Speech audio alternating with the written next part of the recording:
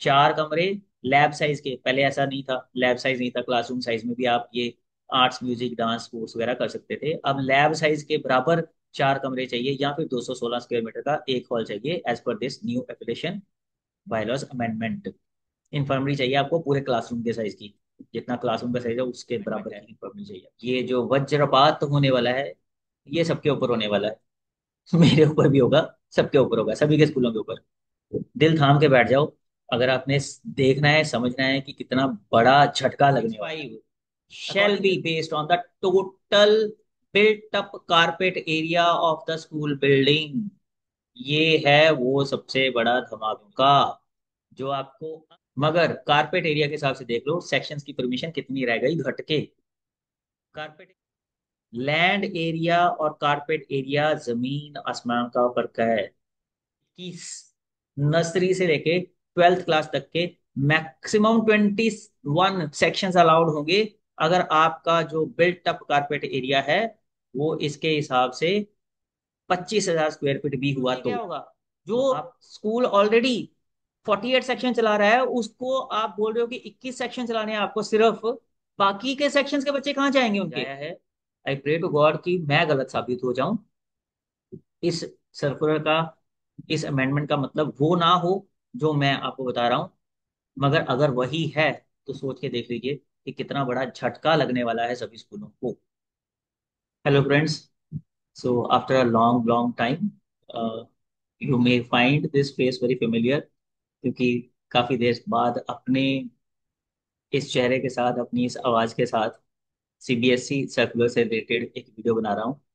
Actually I was trying to take help and advantage of AI. आप सभी जानते हैं कि एआई आजकल बहुत ट्रेंड में है और उसकी हेल्प से बहुत सारी चीज़ें की जा सकती हैं। तो आई वाज आल्सो ट्राइंग कि क्या एआई से, इसकी हेल्प से बनाए हुए जो सीबीएसई सर्कुलर से रिलेटेड वीडियोस हैं वो मेरी ऑडियंस को, मेरे सब्सक्राइबर्स को पसंद आते हैं या नहीं।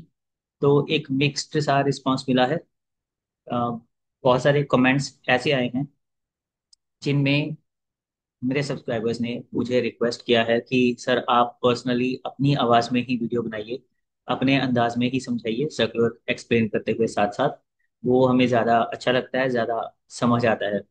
तो मैंने सोचा कि चलो एक बार फिर से पुराने मोड पे वापस आते हैं। सीबीएसई ने भी हाल ही में बहुत इंपॉर्टेंट एफिलिएशन से रिलेटेड सर्कुलर्स अपलोड किए हैं, जिनको समझना और समझाना बहुत ज़रूरी है। Let me take directly let me take you directly to the circulars. I'll share my screen so that you can see किन सर्कुलर्स की बात कर रहा हूँ। ये एक सर्कुलर जो है ये तो 31 जुलाई, यानी कल ही, सर्कुलर नंबर 13/2025 सीबीएसई ने इशू किया है। ये सर्कुलर अपने आप में लैंडमार्क सर्कुलर साबित होने वाला है, अगर इसमें जो कुछ भी लिखा है वो एप्लीकेबल हो गया तो। क्योंकि जो भी कुछ लिखा है वो स्कूल्स के लिए बहुत ही डरावना है, बहुत ही डरा देने वाला, घबरा देने वाला, परेशान करने वाला है। सबसे पहले इसका सब्जेक्ट्स देख लीजिए।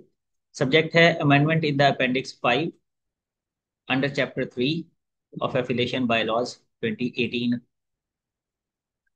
अब ये सर्कुलर जो कह रहा है, ये है सर्कुलर की बॉडी, जो आप देख सकते हैं सारी। जो ये बॉडी कह रही है और जो नीचे सीबीएसई ने किया है, उन दोनों में जमीन आसमान का फर्क है। ये है वो जो सीबीएसई ने कर दिया है, और ये है वो जो सीबीएसई कह रहा है। सीबीएसई कहना चाह रहा है कि बच्चों का जो सेक्शंस का नंबर था और जो रेशियो थी 1:40 वाली, उसके हिसाब से बच्चों के ऊपर, स्कूल्स के ऊपर बहुत प्रेशर आ जाता था, और उस प्रेशर को रिलीज करने के लिए सीबीएसई ने एक डिसीजन लिया है। चलिए पढ़ के बताता हूँ आपको।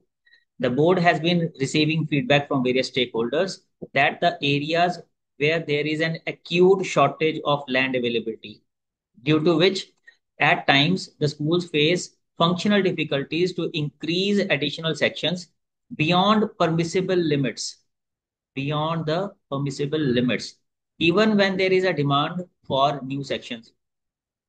बहुत से स्कूल्स ऐसे हैं जहाँ पे नए सेक्शंस की डिमांड आ जाती है, क्योंकि एडमिशन्स का नंबर बढ़ जाता है, एडमिशन सीकर्स का नंबर बढ़ जाता है। मगर क्योंकि एफिलिएशन बायलॉज का जो अपेंडिक्स 5 था, जिसका जिक्र सीबीएसई ने यहाँ पे किया है, ये अपेंडिक्स 5, इसके अकॉर्डिंगली सर्टेन नॉर्म्स फिक्स्ड थे कि स्कूल का लैंड एरिया कितना है, उसके हिसाब से कितने सेक्शंस परमिटेड हैं। इसलिए वो स्कूल सेक्शंस बढ़ा नहीं पाते थे, जिसकी वजह से प्रॉब्लम्स फेस करनी पड़ती थी स्कूल्स को और स्टूडेंट्स को। आगे सीबीएसई बोलता है the school also find it difficult to meet the section student ratio of 1:40 with pressure for new admissions, but are unable to add additional sections due to limit of permissible sections as per land criteria laid down in appendix 5। तो जो appendix 5 का land criteria था वो इतना tough था CBSE के हिसाब से कि उसकी वजह से स्कूल्स जो थे सेक्शन की 1:40 की रेशियो, यानी कि एक सेक्शन में 40 बच्चे की रेशियो भी मेंटेन नहीं कर पा रहे थे, और नए सेक्शंस भी नहीं इंट्रोड्यूस कर पा रहे थे। तो सीबीएसई ने खुद माना है कि अपेंडिक्स 5 की जो कंडीशन थी वो टफ थी। अब due to positive of available seats in the neighbourhood schools, आसपास के स्कूलों में भी जब बच्चों को सीट्स नहीं मिलती थी, the children may be required to travel long distances for attending school. तो उन बच्चों को मजबूरी में बहुत दूर दूर वाले स्कूलों में एडमिशन लेनी पड़ती थी। इसलिए सीबीएसई ने इसे कंसिडर किया है कि बच्चों को बहुत बड़ी परेशानी हो रही थी अपेंडिक्स 5 के टफ क्लॉजेस की वजह से, विच इन टर्न में lead to social life of the child getting severely impacted. Social life पे बहुत ज्यादा इम्पैक्ट पड़ रहा था इस वजह से, and the child losing out opportunities for socialising with peers outside school hours. School पहुंचने के लिए और घर वापस आने के लिए जो ट्रैवलिंग टाइम लग जाता था इन बच्चों को जो दूर दूर एडमिशन्स लेते थे, इस वजह से, क्योंकि अपेंडिक्स 5 का जो क्राइटेरिया था वो बहुत टफ था और उसकी वजह से स्कूल अपने सेक्शंस को बढ़ा नहीं पा रहे थे। उस वजह से स्कूल टाइम के बाद जो बच्चों को सोशलाइज करने के लिए टाइम मिलना चाहिए अपने दोस्तों के साथ जो उनके नेबरहुड में होते हैं, वो टाइम भी उनको नहीं मिल पा रहा था, impacting the child overall social and psychological development. बच्चे की ओवरऑल सोशल और साइकोलॉजिकल डेवलपमेंट हार्म हो रही थी, इसका नुकसान हो रहा था, एंड सेंस ऑफ बिलोंगिंग इस ये भी खतरे में आ रही थी। Moreover sitting for long hours during commute contribute to sedentary lifestyle. बहुत देर तक बैठना ऑब्वियसली सीडेंट्री लाइफ स्टाइल है, जिसमें मूवमेंट नहीं होती, एक्टिव बॉडी मूवमेंट नहीं होती। इसीलिए आपको याद होगा सीबीएसई ने अभी जो शुगर बोर्ड और ऑयल बोर्ड एस्टेब्लिश करने का डिसीजन लिया था, स्कूलों को सर्कुलर्स भेजे हैं, उसमें भी उन्होंने मेंशन किया था कि बच्चे ओबेसिटी का शिकार हो रहे हैं। सेडेंटरी लाइफस्टाइल से भी बच्चे ओबेसिटी का शिकार होते हैं, इसको भी सीबीएसई ने एट्रीब्यूट किया है अपेंडिक्स 5 की टफ कंडीशंस को। मैं बार बार बोल रहा हूँ, अपेंडिक्स 5 की कंडीशंस को सीबीएसई यहाँ पे मान रहा है कि बहुत टफ थी, स्कूल्स के लिए और बच्चों के लिए नुकसानदायक थी। आगे चमत्कार देखना जरा क्या होता है।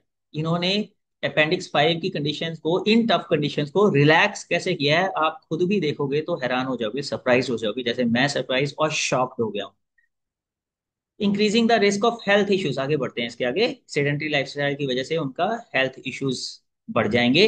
Beside the child gets less time to spend with the family members, peers के साथ भी नहीं मिल रहा और फैमिली मेंबर्स के साथ भी नहीं मिल रहा बच्चों को time, directly impacting on the learning outcomes of the child. इसे जो एजुकेशन का कोर पर्पस है लर्निंग आउटकम्स, वो भी हैम्पर हो रहे हैं, और स्कूल की एकेडमिक परफॉर्मेंस भी हैम्पर हो रही थी अपेंडिक्स 5 के टफ क्लॉजेस की वजह से। बार बार बोल रहा हूँ, अपेंडिक्स 5 के टफ क्लॉजेस बहुत टफ थे, बताता हूँ कौन से थे।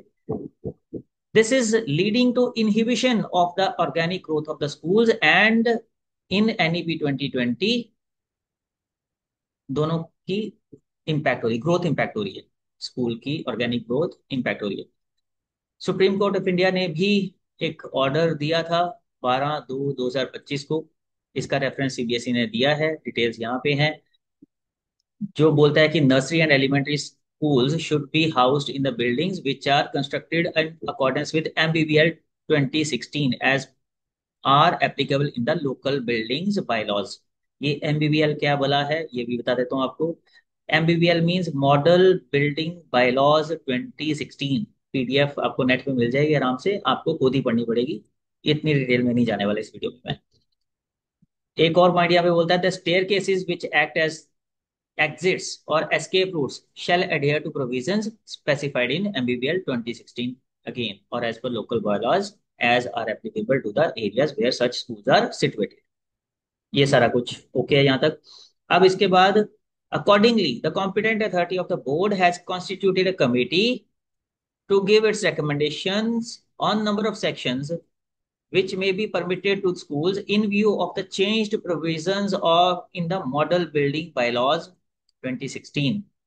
अब दो चीजों में कंफ्यूज कर दिया सीबीएसई ने। एक तो ये खुद मान रहे हैं कि जो अपेंडिक्स 5 की प्री एग्जिस्टिंग कंडीशंस थी वो टफ थी।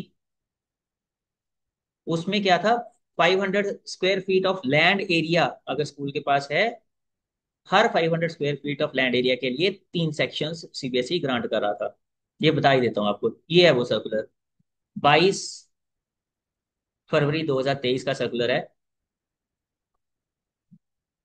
इस सर्कुलर में भी आप देखेंगे यहाँ पे अमेंडमेंट की गई थी एफिलिएशन बायलॉज 2018 में। एक तो 2018 से एफिलिएशन बायलॉज चल ही जा रहा है, उसमें अमेंडमेंट्स पता नहीं सैकड़ों के हिसाब से हो चुकी हैं।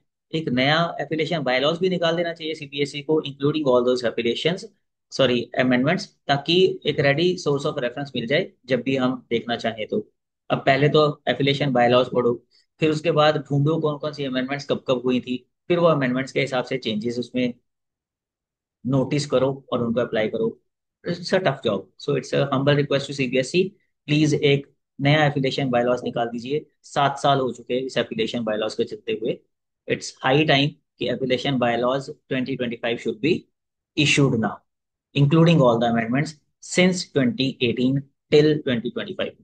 अच्छा, consequent upon approval of affiliation committee, ये भी इन्होंने बोला था, on every 500 square metres of additional land 3 extra sections will be permissible.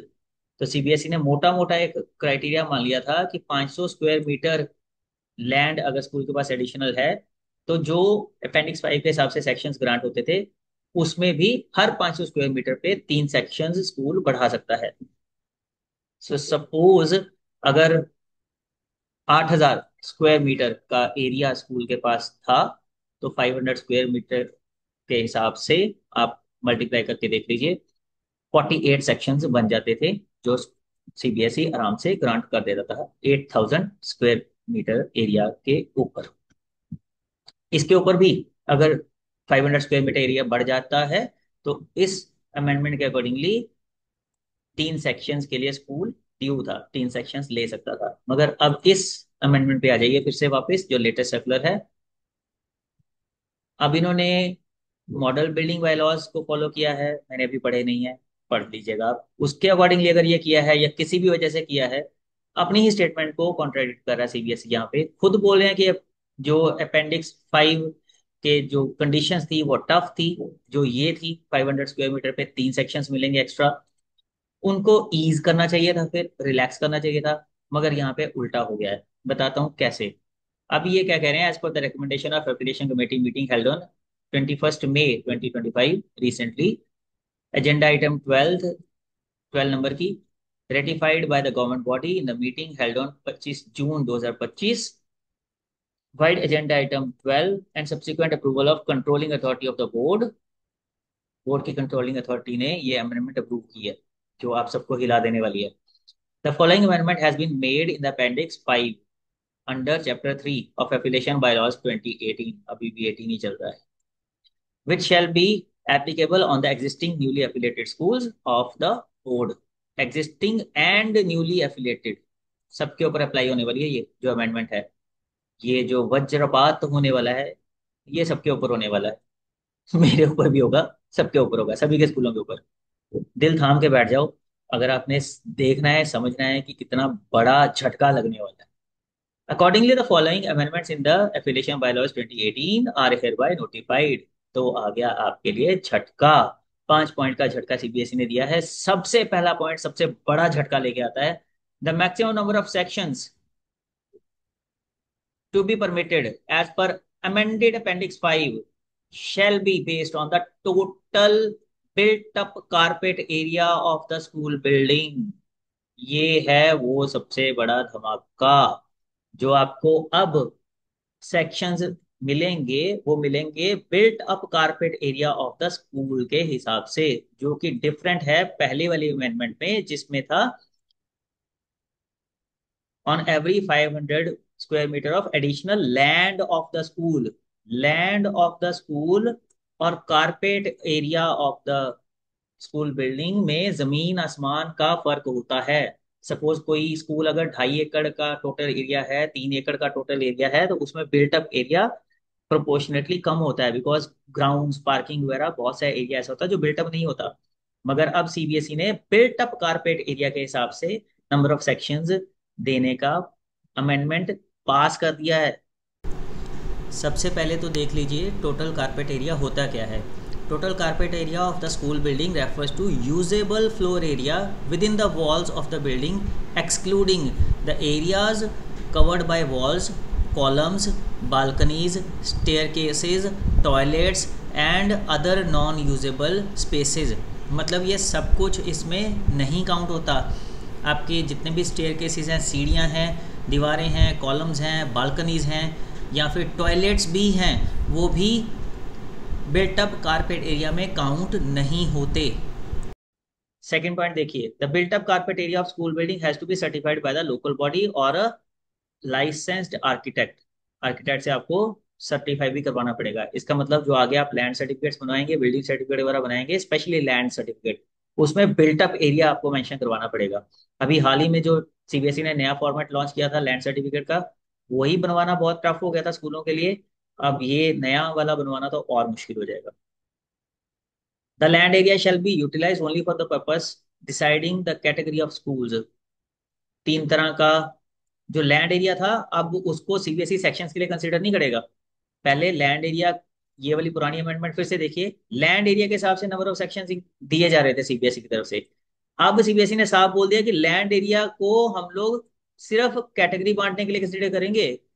Land area के हिसाब से ये डिसाइड होगा कि आपका स्कूल ब्रांच स्कूल है, या मिडिल लेवल स्कूल है, या फिर सेकेंडरी लेवल का स्कूल है और सीनियर सेकेंडरी लेवल का। लैंड एरिया के हिसाब से आपको सेक्शन नहीं मिलने वाले अब। As per chapter 3 of application bylaws कैसे कैसे बांटे हैं वो भी बताता हूँ आगे आपको। The school shall be allowed equal number of sections at the secondary level, यानी कि 9th और 10th। अगर 9th में 2 सेक्शन है तो 10th में भी 2 ही मिलेंगे, 9th में एक है तो 10th में भी एक ही मिलेगा। And senior secondary level classes +1 and +2। अगर +1 में 3 सेक्शन है तो 12th में भी 3 सेक्शन, +1 में 2 है तो 12th में भी 2।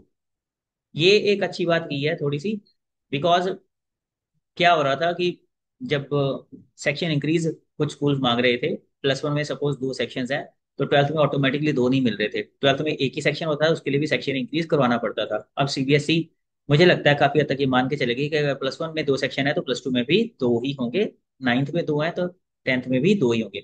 ये शायद एक अच्छी चीज निकल के आ सकती है इस सर्कुलर में, जिसमें बाकी सब कुछ बुरा ही बुरा है। The total number of sections permitted at secondary level, that is 9th and 10th, at the senior secondary level, classes +1 and +2, shall be restricted at each level to 1/4 of the total number of sections, running from बाल वाटिका to 10th और 12th। जो school 10th तक के हैं उनके लिए बाल वाटिका to 10th के सेक्शंस टोटल काउंट होंगे, और जो स्कूल 12th तक के हैं उनके लिए बाल वाटिका टू 12th तक के सेक्शंस टोटल काउंट होंगे। जितने टोटल नंबर ऑफ सेक्शन है उसके 1/4 से ज्यादा 9th 10th और +1 के सेक्शंस, +1 +2 के सेक्शंस नहीं हो सकते। ये अमेंडमेंट एक बार सीबीएसई पहले भी लेके आया था, मगर बाद में उसको चेंज कर दिया था। पर अगर फिर से नए सिरे से वही वाली अमेंडमेंट एक बार सीबीएसई ने फिर से इंप्लीमेंट कर दी है। इसलिए मोटी सी एग्जांपल बताता हूँ। Suppose 48 total number of sections हैं नर्सरी से लेके 12th क्लास तक के, तो 48 का 1/4 क्या हो गया, 4 से आप डिवाइड कर लो 12।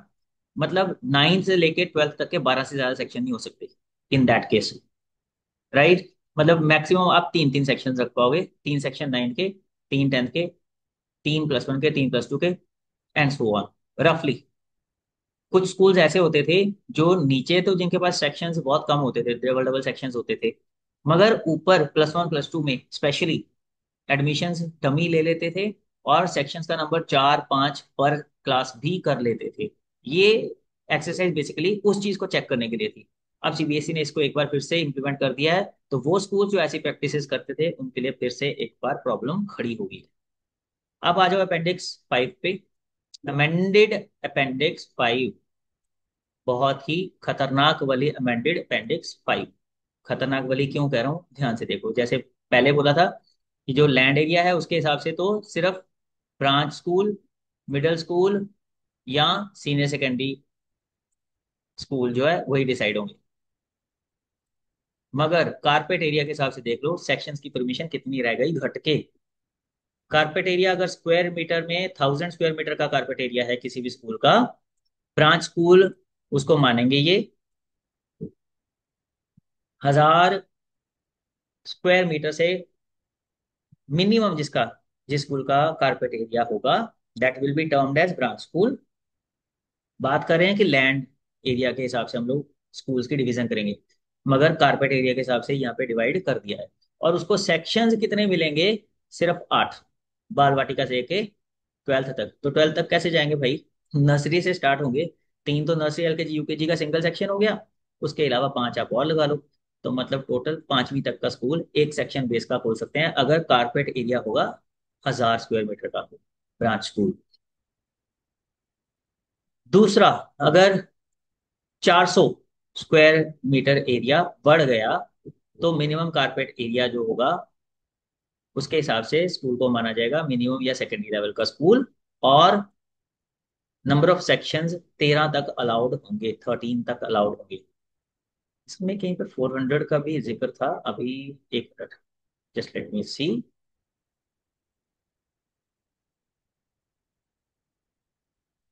नहीं, नीचे आएगा शायद। हाँ यहाँ पे है, कोई बात नहीं, आते हैं नीचे भी आते हैं। अगर 1800, 400 फिर से ऐड कर लीजिए, 400 400 की एडिशन है यहाँ पे।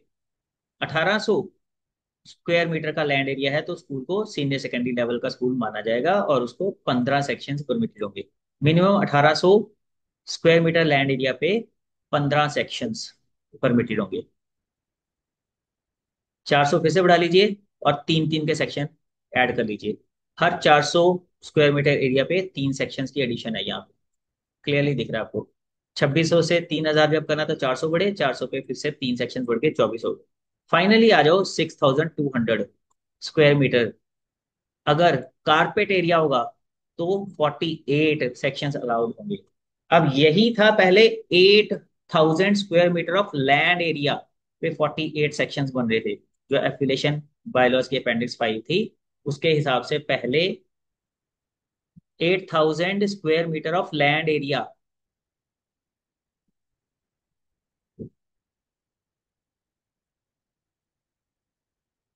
लैंड एरिया और कारपेट एरिया जमीन आसमान का फर्क है।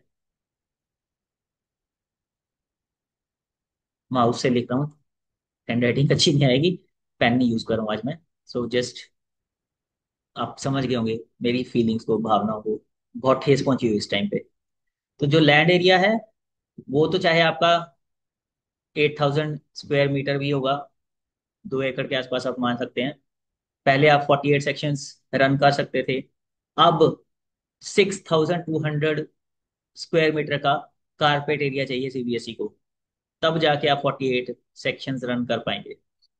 Total number of sections permitted at secondary school level, 9th and 10th and senior secondary school level +1 and +2 shall be the level of 1/4 of total number of sections। ये पहले ही बता दिया मैंने आपको। सेक्शंस का नंबर इक्वल रहेगा 9th 10th में भी और +1 +2 में भी, ये भी पहले बता दिया है। Number of sections and students shall be restricted as per actual facilities in the school. Facilities के हिसाब से नंबर ऑफ स्टूडेंट्स होंगे। The number of sections shall be restricted in accordance with above, with built up carpet area unit scaled down to 400 square meters, that is 3 sections for every 400 square meters thereafter। अब compare करो इस चीज को, 3 sections for 500 square meters of additional land compared to 3 sections for every 4000 square meters of carpet area। Land और carpet area कितना बड़ा difference है ये दिखाता हूँ आपको, वेट कीजिए, बने रहिए मेरे साथ, आपको समझाता हूँ मैं कि कितना बड़ा डिफरेंस है इस चीज में। चलो पहले हम लोग यही कर लेते हैं। अब आपको मैं सिंपल से बताता हूँ कि कैसे डिफरेंस आता है। मैंने चैट जीपीटी से पूछा कि सपोज अगर मेरे पास स्कूल में 3 फ्लोर हैं, उसमें 30 क्लासरूम हैं, 4 लैब्स हैं और एक लाइब्रेरी है, प्रिंसिपल्स ऑफिस है, स्टाफ रूम है, और टोटल नंबर ऑफ स्टूडेंट्स 800 हैं। राइट? तो इसके हिसाब से मेरा कारपेट एरिया कितना बढ़ेगा? Approximate carpet area. ये चैट जीपीटी ने कैलकुलेशन करके दिया है कि 30 क्लासरूम का एवरेज साइज जो है लगभग 500 स्क्वायर फीट मान लें हम लोग। कारपेट एरिया 15,000 स्क्वायर फीट के हिसाब से बन जाएगा। साइंस लैब्स का 700 के हिसाब से मान के 2100 बनाया इसने, कंप्यूटर लैब 500, सो ऑन करके ये सारी कैलकुलेशन सीबीएसई ने इसने सॉरी चैट जीपीटी ने की है। Total estimated carpet area classrooms का 15,000 मान लिया, लैब्स का 2100 मान लिया, लाइब्रेरी 1000, और इसके बाद इसने 23,350 स्क्वायर फीट कारपेट एरिया निकाला है। ये स्क्वायर फीट में है, स्क्वायर मीटर में नहीं है। इसकी कैलकुलेशन मैं आपको करके बताता हूँ। Square feet to square metre, suppose यहाँ पे मैं 23,350, 25,000 कर लेता हूँ मैं राउंड फिगर करके। अगर 25,000 भी स्क्वायर फीट की टर्म में कारपेट एरिया है किसी स्कूल का, तो उसका स्क्वायर मीटर में कारपेट एरिया बना 23,022, सॉरी 2322, 2322, सिर्फ 2322। अब सोच के देखिए आप, सिर्फ 2322 स्क्वायर मीटर अगर आपका एरिया होगा, तो आप फॉल करेंगे ये वाली कैटेगरी में, 2600 वाली कैटेगरी में। और आपको सेक्शन कितने अलाउड होंगे? मैक्सिमम 21।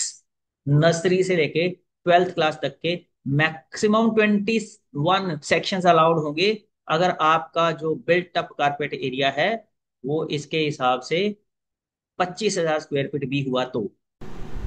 अब आप खुद सोच कर देखिए कि चाहे आपके पास नंबर ऑफ़ क्लासरूम्स 30 हैं, 30 हैं, फिर भी आपको 21 से ज़्यादा सेक्शंस की परमिशन नहीं मिलेगी, क्योंकि आपका जो बिल्टअप कारपेट एरिया है वो 25,000 स्क्वायर फीट या 2300 स्क्वायर मीटर के आसपास है। 2300 स्क्वायर मीटर से ज़्यादा का आपका कारपेट एरिया नहीं बन रहा, तो आपको 30 क्लासरूम होने के बावजूद सिर्फ 21 सेक्शन की परमिशन मिलेगी।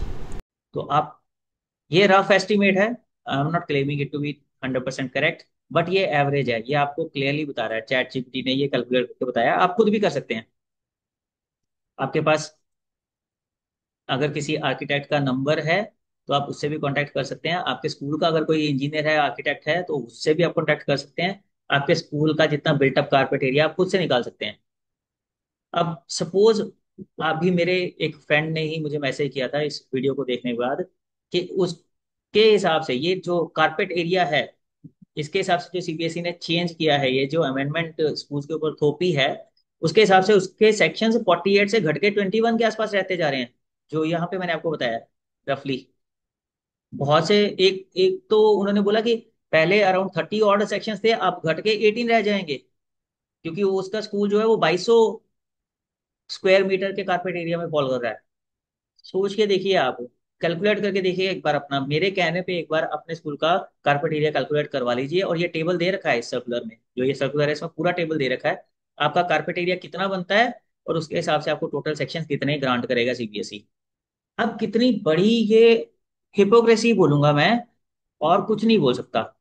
कहाँ तो ऊपर वाली स्टेटमेंट क्या बोल रही है कि स्कूल्स के ऊपर और बच्चों के ऊपर प्रेशर पड़ रहा था, क्योंकि अपेंडिक्स 5 की टर्म्स एंड कंडीशन बहुत टफ थी, और स्कूल सेक्शंस बढ़ा नहीं पा रहे थे, और उसकी वजह से बच्चों को बाहर जाना पड़ रहा था, बहुत दूर जाना पड़ रहा था, उनका टाइम लॉस हो रहा था, उनकी हेल्थ लॉस हो रही थी, उनका सिडेंटरी लाइफ स्टाइल हो रहा था, उनका पीयर टाइम जो था वो लॉस्ट हो रहा था, फैमिली टाइम लॉस्ट हो रहा था, सब कुछ लॉस्ट हो रहा था अपेंडिक्स 5 के टफ क्लॉज की वजह से।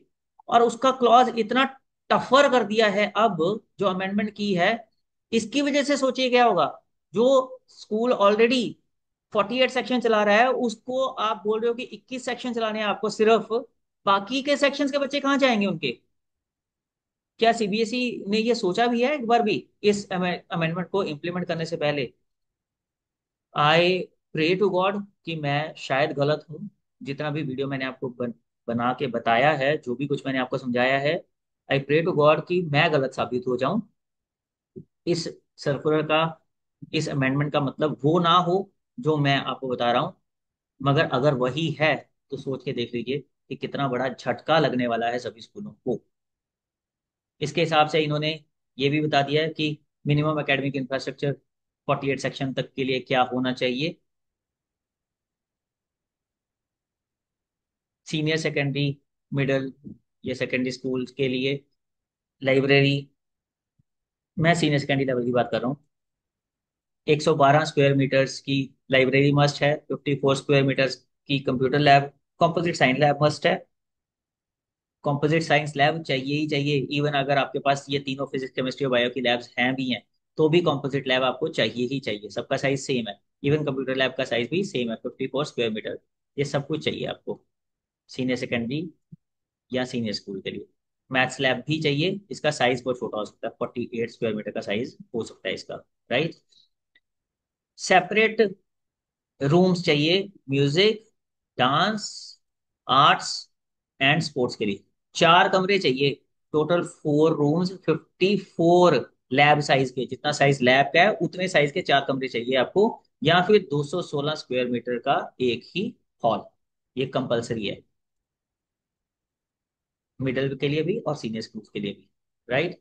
इन्फर्मरी और वेलनेस रूम भी चाहिए आपको, 48 स्क्वायर मीटर का, ये भी कंपलसरी है। ये भी न्यू रिक्वायरमेंट में आ गया।